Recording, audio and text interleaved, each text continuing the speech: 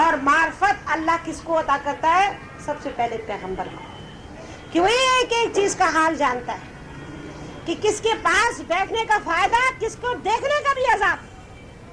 غلاظت پہ ایک نگاہ پڑ جائے تو طبیعت خراب ہو جاتی ہے نا، چھویا بھی نہیں، صرف دیکھا ہی، دیکھ کے ہی طبیعت خراب۔ برا آدمی ایسا ہے اس کو دیکھو بھی نہیں، برا آدمی ایسا ہے اس کے بارے میں سوچو بھی نہیں، نہ وہ دیکھنے کے قابل نہ وہ سوچنے کے قابل، اس سے اپنی صحبت الگ کر۔ اور برا آدمی کون؟ وہ نہیں جو کپڑے برا پہنا ہوا ہے، برا آدمی وہ نہیں جو شکل کا خوبصورت نہیں ہے، برا آدمی وہ نہیں جس کے پاس سے بدبو آ رہی ہے، برا آدمی وہ جو اللہ رسول کی کسوٹی میں برا۔ اور اگر اس کی شکل خراب ہے تو کتنی خراب ہوگی، تو بلال سے خراب تو نہیں ہو سکتی، جو بلال جیسا بھی ہے، موٹے موٹے ہونٹ، دانت باہر کو نکلے ہوئے، سیاہ رنگ، لیکن اگر نبی کی سنت پر ہے تو وہ سیدی کہہ کے پکارا جائے گا، نبی صلی اللہ علیہ وسلم اس کو اپنے قریب بٹھائیں گے اور ہم سب اس کو اپنا سردار کہیں گے۔ اور جو خوبصورت ترین ہے لیکن اللہ اور اس کے رسول کا تابع دار نہیں، تو چاہے اس کے پاس سے کتنی خوشبوئیں آتی ہوں، کتنا بڑھیا کپڑا پہنتا ہو، وہ اللہ کے لیے نزدیک اور اللہ اور اس کے پیاروں کے نزدیک اس بات کے قابل بھی نہیں کہ اسے دیکھا جائے۔ دیکھو گے تو سوچو گے تو سازش کرو گے، سوچو ہی نہیں، دیکھو ہی نہیں، گندگی۔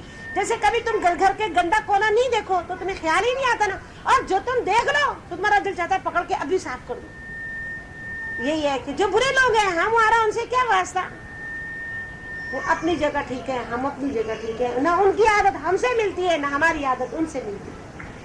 ہمارے لیے لم یلد ولم یولد ولم یکن لہ کفوا احد، اللہ تو یہ ہے۔ اور لکم دینکم ولی دین، جو برے لوگ ہیں انہیں چھوڑ دو، ان کا راستہ الگ ہے، تمہارا راستہ الگ ہے، اب ان کے لیے کوڑنا کیا؟ ہم ایک تھالی کے چٹے بٹا ہی نہیں تو پھر کوڑنے سے فائدہ؟ ہماری یہاں پہ بھی راستے الگ ہیں، ہماری آخرت میں بھی ان سے راستے الگ ہیں۔ یہ اللہ کا بہت انصاف ہے جس کو اللہ تعالیٰ کہتا ہے کیا اچھا پھل اور گندا پھل ایک جگہ رہ سکتا ہے؟ سازشی ذہن، برا سوچنے والا، گندا ذہن، گندی باتیں ذہن میں لانے والا شخص، اور پاکیزہ ذہن، پاسا ذہن، رزق حلال والا ذہن، طیب ذہن، اللہ سے پاک صرف وہ نہیں جو وضو کر رہے، پاک وہ ہے جس کا دل دماغ بری سوچ سے پاک ہو، یہ ہے معرفت۔ اللہ تعالیٰ ارشاد فرماتا ہے ہم نے سب سے پہلے اس کو آدم کو معرفت دی کہ پہلے تو تم یہ پہچاننا، اور جب یہ پہچانے ہوں گے اور فرشتوں نے آ کے کہا ہوگا یوں ناخن کاٹ لو تو کاٹے ہوں گے، ورنہ کہتے چلو چلو جاؤ، تم کون ہوتے ہو؟ کیا کہ جو ہمیں نصیحت کر رہا ہے اس کو بھی پہچاننا کہ یہ ہمارا دوست ہے۔ اور کبھی شیطان آ کے نصیحت کرے جیسا اس نے حابیل و قابیل کو کرا، کوا بن کے مارا، مار کے دفنا دیا، تو اس دوست کو بھی پہچانو اور اس استاد کو بھی پہچانو، یہ تو بیڑا غرق کر رہا ہے۔ تو یہ استاد کیسا ہے؟